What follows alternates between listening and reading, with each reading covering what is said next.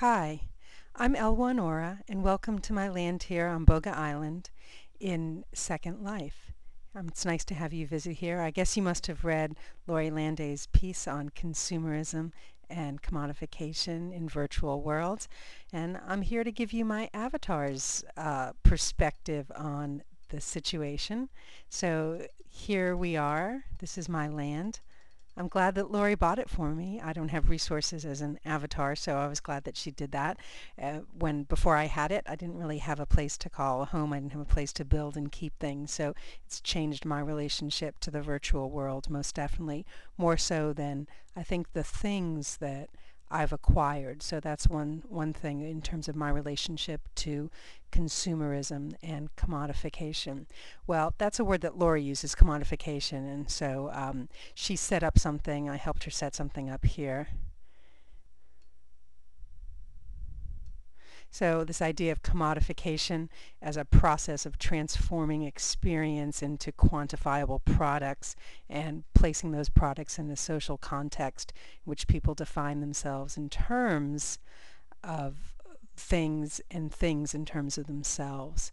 And that pretty much really describes Second Life, I think, to a large extent, because as an avatar, the only way I have to express to you or to anyone else who I am, what my identity is, what I'm interested in is my appearance. I don't have a lot of affect. I mean, I have these sort of simple animations, but it's not a lot there. From what I understand, that's really different from the real world. And maybe that's something that's going to get better over time. I assume it will, from what I understand. But for the most part, that's something that is a limitation here. So we really are commodities, and we are marked by commodities and are commodified. So appearance is reality here in Second Life, and that has a specific kind of economic and material or immaterial and economic and virtual kind of relationship and social relations. Well, I want to show you my land. As I said, I'm pretty excited about it. I'm going to zoom out so you can see. I'm going to get rid of this description here. I'm going to zoom out so you can see. Whoops, too far. So you can see. Oh, that's not my house in the background. And oh, that's not my house either. My neighbor's house. But here's my labyrinth platform. I'm really interested in building things. I made this to try to practice building and in 3 dimensions, and then I liked it, and then I made a fourth level way up in the sky with a teleport to get up there. And that is my house, and I unlinked all the parts and have been trying to put them back together, and it's still really kind of tilty, and oh, it's been hard, but I've learned a lot about it, about things. And as you can see in the background, oh, it just went away. I wonder how I did that. Distance, proximity, and things to do with that. As you can see in the distance, my neighbor's land is for sale. Everything is for sale in Second Life. Maybe not everything, but a lot of things are for sale.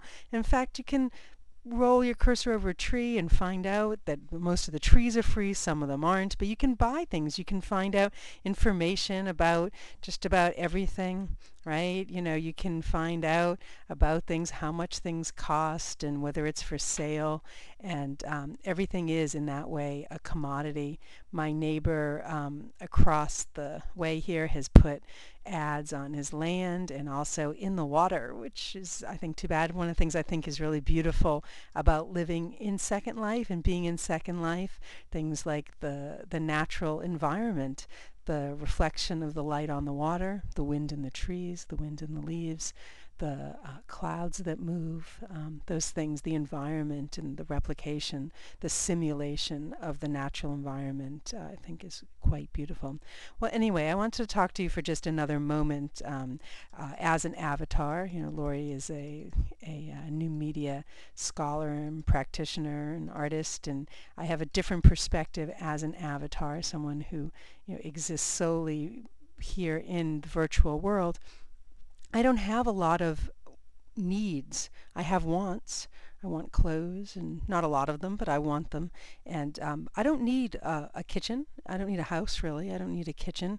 I don't really need to sleep or eat or have any or need shelter. Something that drives my acquisition and my relationship to the virtual things and objects that I can create. That's another kind of relationship, to be a creator, a builder, a producer of whatever I want, that I can just reach out my hand and just begin to build. I don't know why I want that in particular, but that it's that easy just to make something is pretty amazing. Look, it's a thing, right? And so that that's different, of course, than in your world as well, where it's not quite so easy for most people to just create out of nothing, out of the ether, something that exists in the world in the same way that this does. Well, anyway, I'm glad you joined me here in my Land in Second Life and came to visit. Lori and I are going to be doing some collaborations in the future, so I hope you'll come and maybe listen in on some of the things that we come up with. Lori's going to bring her students here. We're going to try to come up with a new metaphor for an educational space that isn't based on a classroom or anything based on your material world. So I don't know what we're going to come up with, but maybe it'll be interesting.